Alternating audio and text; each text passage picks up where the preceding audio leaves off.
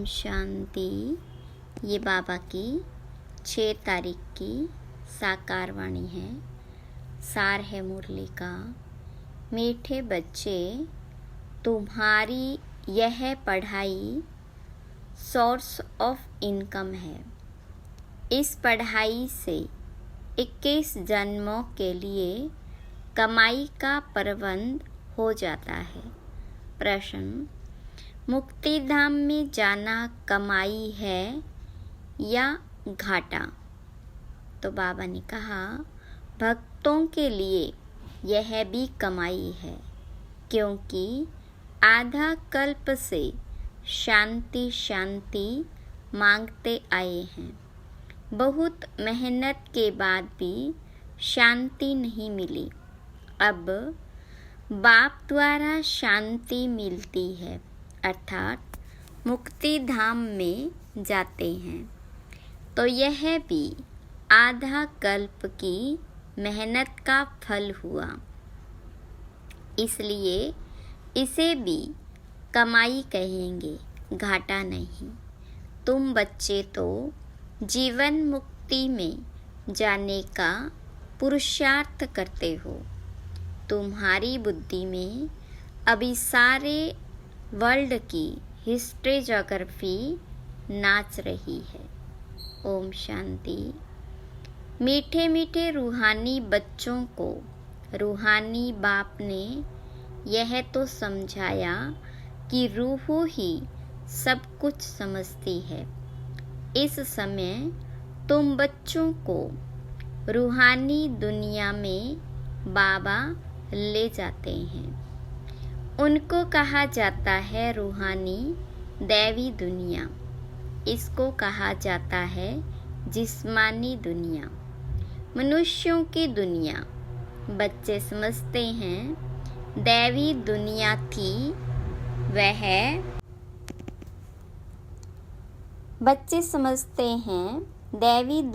थी वह दैवी मनुष्यों की पवित्र दुनिया थी। अभी मनुष्य अपवित्र है, इसलिए उन देवताओं का गायन पूजन करते हैं। यह स्मृति है कि बरोबर पहले झाड़ में एक ही धर्म होगा। विराट रूप में झाड़ पर भी समझाना है। इस झाड़ का बीज रूप ऊपर में है। झाड़ का बीज है बाप। फिर जैसा बीज वैसा फल, अर्थात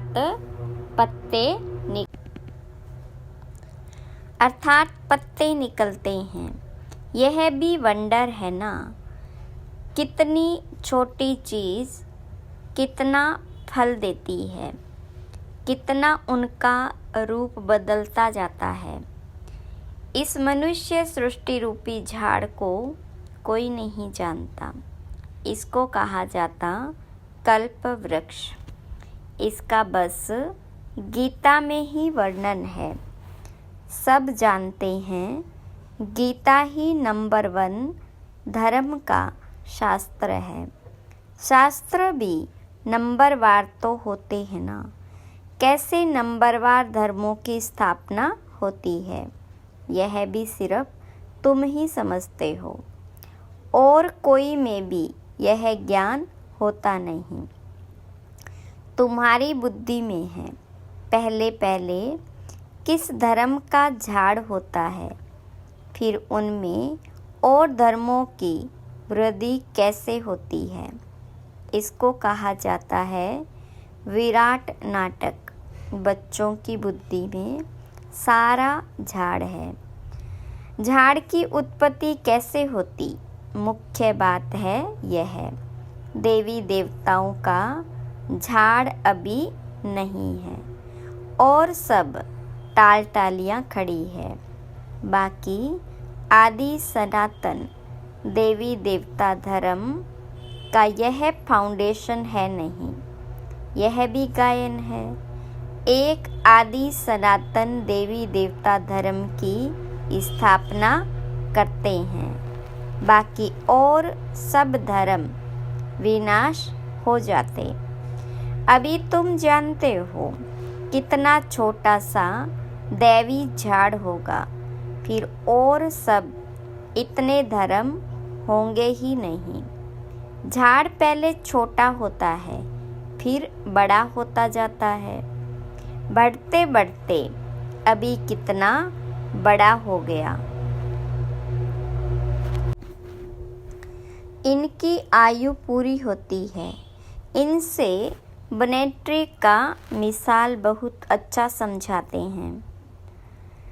यह भी गीता का ज्ञान है जो बाबा तुम्हें सन्मुख बैठ सुनाते हैं, जिससे तुम राजाओं का राजा बनते हो।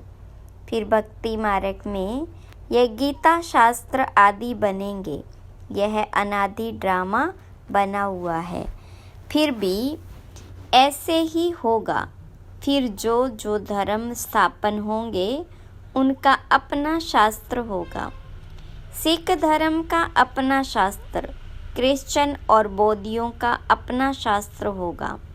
अभी तुम्हारी बुद्धि में सारे वर्ल्ड की हिस्ट्री ज्योग्राफी नाच रही है।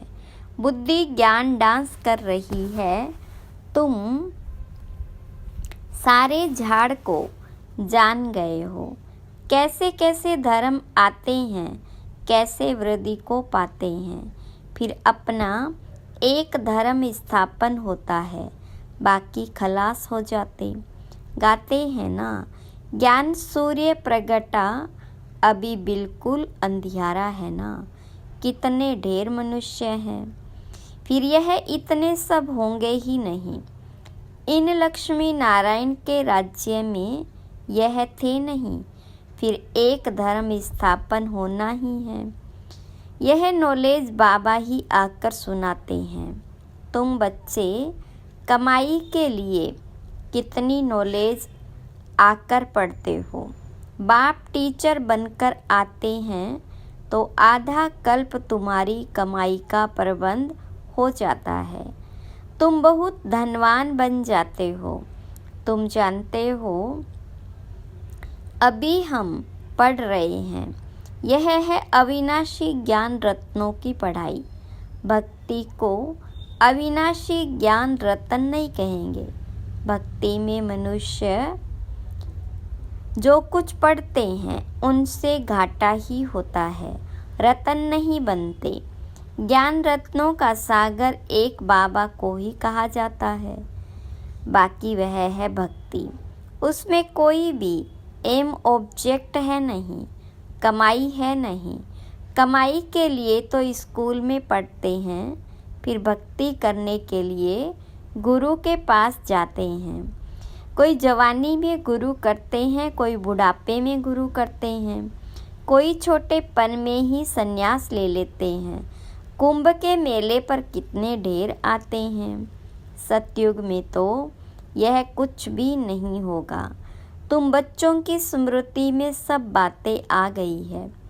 रचता और रचना के आदि मध्य अंत को तुम जान गए हो।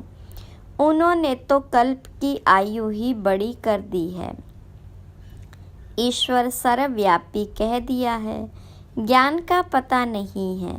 बाबा आकर अज्ञान नींद से सुजाग करते हैं। अभी तुमको ज्ञान की धारणा होती जाती है, बैटरी बढ़ती जाती है। ज्ञान से है कमाई, भक्ति से है घाटा। टाइम पर जब घाटे का समय पूरा होता है तो फिर बाबा कमाई कराने आते हैं। भक्ति में जाना वह भी कमाई है। शांति तो सब मांगते रहते हैं। शांति देवा कहने से बुद्धि बाबा के तरफ चली जाती है। कहते हैं विश्व में शांति हो, परंतु वह कैसे होगी यह किसको भी पता नहीं। शांति धाम सुख धाम अलग होते हैं, यह भी नहीं जानते। जो पहला नंबर है उनको भी कुछ पता नहीं था। अभी तुमको सारी नॉलेज है। तुम जानते हो हम इस कर्म क्षेत्र पर कर्म का पार्ट बजाने आए हैं। कहाँ से आए हैं? ब्रह्मलोक से, निराकारी दुनिया से। आए हैं इस साकारी दुनिया में पार्ट बजाने। हम आत्मा दूसरी जगह की रहने वाली हैं। यहाँ यह 5 तत्वों का शरीर रहता है। शरीर है तब हम बोल सकते हम चैतन्य पाठधारी हैं। अभी तुम ऐसे नहीं कहेंगे कि इस ड्रामा के आदि मध्य अंत को हम नहीं जानते। आगे नहीं जानते थे। अपने बाप को, अपने घर को, अपने रूप को अर्थात रीति नहीं जानते थे।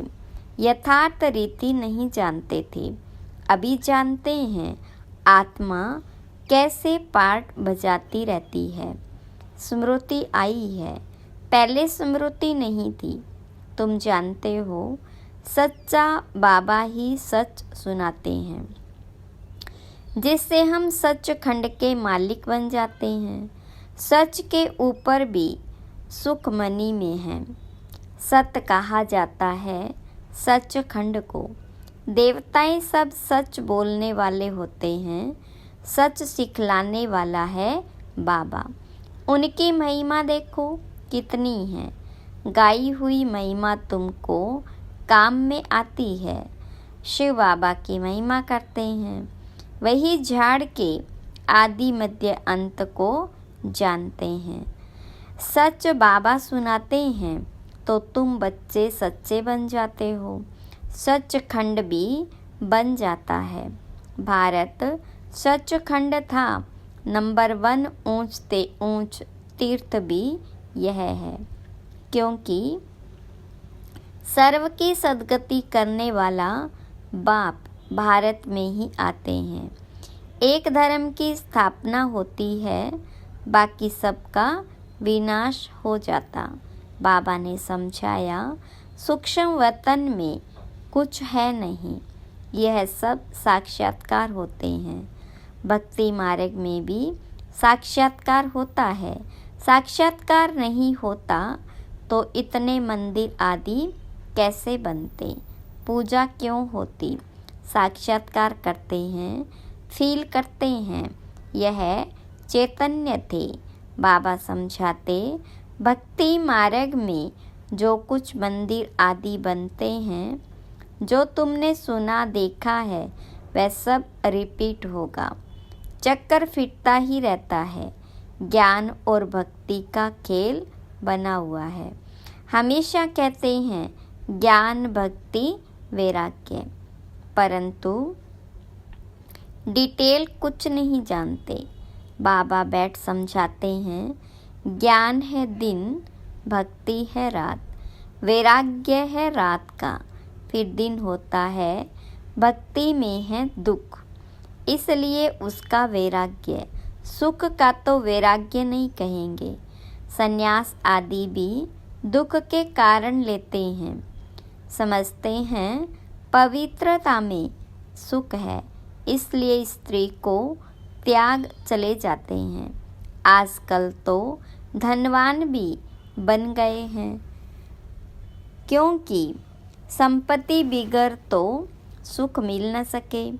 माया वार कर जंगल से फिर शहर में ले आती है। विवेकानंद और रामकृष्ण भी 2 बड़े सन्यासी होकर गए हैं। सन्यास की ताकत रामकृष्ण में भी थी, बाकी भक्ति का समझाना करना वह विवेकानंद का था। दोनों की पुस्तकें हैं। पुस्तक जब लिखते हैं तो एकाग्र चित्त हो बैठ लिखते हैं। रामकृष्ण जब अपनी बायोग्राफी बैठ लिखते थे तो शिष्य को भी कहा तुम जाकर दूर बैठो। था बहुत तीखा, कड़ा सन्यासी, नाम भी बहुत है। बाबा ऐसे नहीं कहते कि स्त्री को माँ कहो। बाबा तो कहते उनको भी आत्मा समझो। आत्माएं तो सब भाई भाई है। सन्यासियों की बात अलग है। उसने स्त्री को माँ समझा, माँ की बैठ बड़ाई की है। यह ज्ञान का रास्ता है। वैराग्य की बात अलग है। वैराग्य में आकर स्त्री को माँ समझा। माता अक्षर में क्रिमिनल आई नहीं होगी। बहन में भी कृष्ण दृष्टि जा सकती है, माता में कभी खराब ख्याल नहीं जाएगा। बाप की बच्ची में कभी कृष्ण दृष्टि जा सकती है, माँ में कभी नहीं जाएगी। सन्यासी स्त्री को माँ समझने लगा। उनके लिए ऐसे नहीं कहते कि दुनिया कैसे चलेगी, पैदाइश कैसे होगी।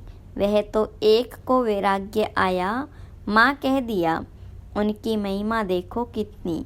यहाँ बहन भाई कहने से भी बहुतों की दृष्टि जाती है। इसलिए बाबा कहते भाई भाई समझो। यह है ज्ञान की बात, वह है एक की बात। यहाँ तो प्रजापिता ब्रह्मा की संतान ढेर भाई बहन है। बाबा बैठ सब बातें समझाते हैं। यह भी तो शास्त्र आदि पढ़ा हुआ है। वह धर्म ही अलग है। निवृत्ति मार्ग का सिर्फ पुरुषों के लिए है। वह है हद का वैराग्य। तुमको तो सारी बेहद की दुनिया से वैराग्य है। संगम पर ही बाबा आकर तुम्हें बेहद की बातें समझाते हैं। अभी इस पुरानी दुनिया से वैराग्य करना है। यह बहुत पतित छीछी दुनिया है। यहाँ शरीर पावन हो न सके। आत्मा को नया शरीर सतयुग में ही मिल सकता है। बल यहाँ आत्मा पवित्र बनती है, परंतु शरीर फिर भी अपवित्र रहता है। जब तक कर्मातीत अवस्था हो, सोने में खाद पड़ती है तो जेवर भी खाद वाला बनता है। खाद निकल जाए तो जेवर भी सच्चा बनेगा। इन लक्ष्मी नारायण की आत्मा और शरीर दोनों सतो प्रधान है। तुम्हारी आत्मा और शरीर दोनों ही तमो प्रधान काले हैं। आत्मा काम चिता पर बैठ काली बन गई है। बाबा कहते फिर हम आकर सांवरे से गोरा बनाते हैं। यह ज्ञान की सारी बात है, बाकी पानी आदि की बात नहीं। सब काम चिता पर बैठ पतित बन पड़े हैं। इसलिए राखी बंधवाई जाती है कि पावन बनने की प्रतिज्ञा करो। बाबा कहते हैं हम आत्माओं से बात करते हैं। मैं आत्माओं का बाप हूँ, जिसको तुम याद करते आए हो।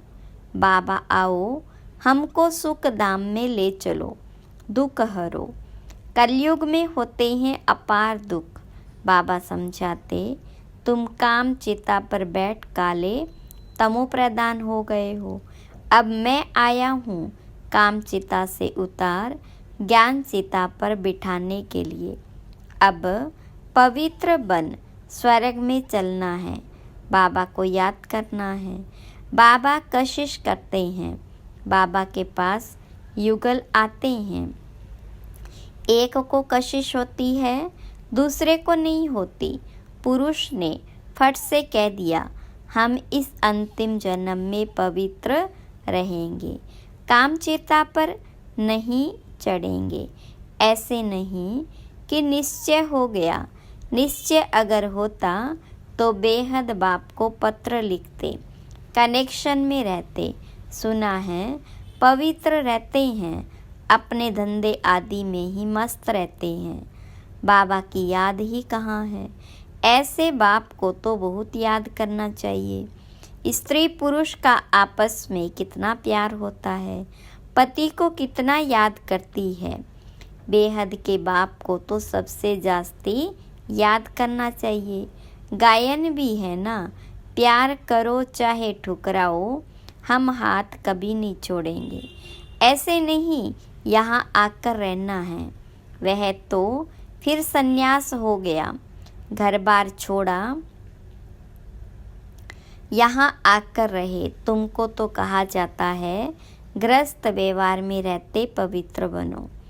यह पहले तो भट्टी बननी थी, जिससे इतने तैयार हो निकले।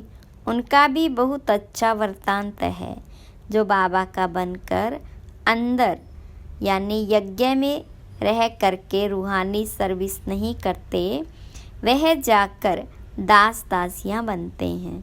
फिर पिछाड़ी में नंबरवार पुरुषार्थ अनुसार ताज मिल जाता है। उन्हों का भी घराना होता है, प्रजा में नहीं आ सकते। कोई बाहर का आए अंदर वाला नहीं बन सकता। वल्लभाचारी बाहर वालों को कभी अंदर आने नहीं देते। यह सब समझने की बातें हैं। ज्ञान है सेकंड का। फिर बाप को ज्ञान का सागर क्यों कहा जाता? समझाते ही रहते हैं, पिछाड़ी तक समझाते ही रहेंगे। जब राजधानी स्थापन हो जाएगी, तुम कर्मातीत अवस्था में आ जाएंगे, फिर ज्ञान पूरा हो जाएगा। है सेकंड की बात, परंतु फिर समझाना पड़ता है। हद के बाप से हद का वर्षा, बेहद का बाप विश्व का मालिक बना देते। तुम सुख धाम में जाएंगे तो बाकी सब शांति धाम में चले जाएंगे। वहाँ तो है ही सुख। यह तो खातिरी है। बाबा आए, हम नई दुनिया के मालिक बन रहे हैं राजयोग की पढ़ाई से। अच्छा, मीठे मीठे सिखिलदे बच्चों प्रति माता पिता बाप दादा का याद प्यार और गुड मॉर्निंग। रूहानी बाप की रूहानी बच्चों को नमस्ते। रूहानी बच्चों की रूहानी बाप दादा को याद प्यार, गुड मॉर्निंग और नमस्ते। धारणा के लिए मुख्य सार। पहली पॉइंट, इस पतित छीछी दुनिया से बेहद का वैराग्य रख। आत्मा को पावन बनाने का पूरा पुरुषार्थ करना है। एक बाबा की ही कशिश में रहना है। दूसरी पॉइंट, ज्ञान की धारणा से अपनी बैटरी भरनी है। ज्ञान रत्नों से स्वयं को धनवान बनाना है। अभी कमाई का समय है, इसलिए घाटे से बचना है। वरदान, ज्ञान रत्नों को धारण कर व्यर्थ को समाप्त करने वाले होली हंस भव। विस्तार, होली हंस की दो विशेषताएं हैं। एक है ज्ञान रतन चुगना और दूसरा निर्णय शक्ति द्वारा दूध और पानी को अलग करना। दूध और पानी का अर्थ है समर्थ और व्यर्थ का निर्णय। व्यर्थ को पानी के समान कहते हैं और समर्थ को दूध समान। तो व्यर्थ को समाप्त करना अर्थात होली हंस बनना। हर समय बुद्धि में ज्ञान रतन चलते रहे, मनन चलता रहे तो रत्नों से भरपूर हो जाएंगे। स्लोगन, सदा अपने श्रेष्ठ पोजीशन में स्थित रहे।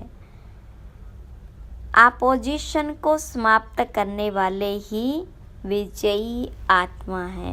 अच्छा, ओम शांति।